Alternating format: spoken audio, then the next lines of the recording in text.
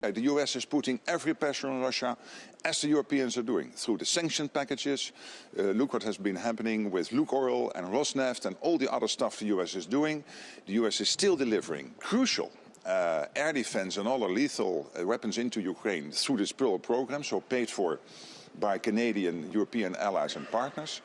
And the US is leading the peace effort. And there is only one country, the most powerful nation on earth, the US, which can do that under the leadership of President Trump, breaking the deadlock with Putin, getting the peace process going. So I really think the US is doing exactly what we need when it comes to Ukraine. The US leadership team, under the leadership of President Trump and Secretary Hegseth, Secretary Rubio, indeed also Under Secretary Colby, they have always consistently pleaded for Europe doing more, Canada doing more, taking more care of the defense of NATO territory, of course in conjunction with the United States. And I predict that longer term you will see, of course, the nuclear umbrella as the ultimate guarantor of our security here in Europe and Canada, but also a strong conventional presence of the US here in Europe, which is crucial. We all know this. And NATO is not only there to protect Europe and Canada, it's also there to protect the United States. And for the United States to be secure, you need a strong and secure Arctic, a secure Europe, but also a secure Atlantic. So we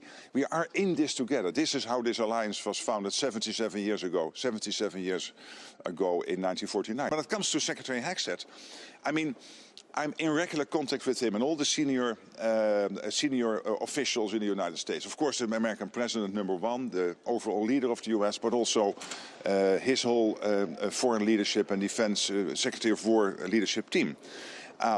But hey, they have to take care of the whole world.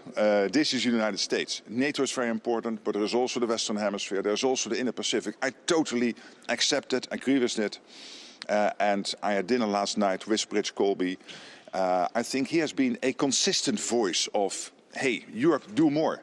Because as a United States, we also have to pivot more towards the Indo-Pacific. Let's make sure that collectively we keep Europe strong and Canada and the United States, so NATO territory, but also make sure that we keep our eyes on the Indo-Pacific and not be naive about China. So having him today in the room, I think is really having added value. So I'm happy he is here. I totally accept Pete Hegseth also having to take care of all these other responsibilities. Thank you so much, and we will see each other later today at the presser around 3 o'clock.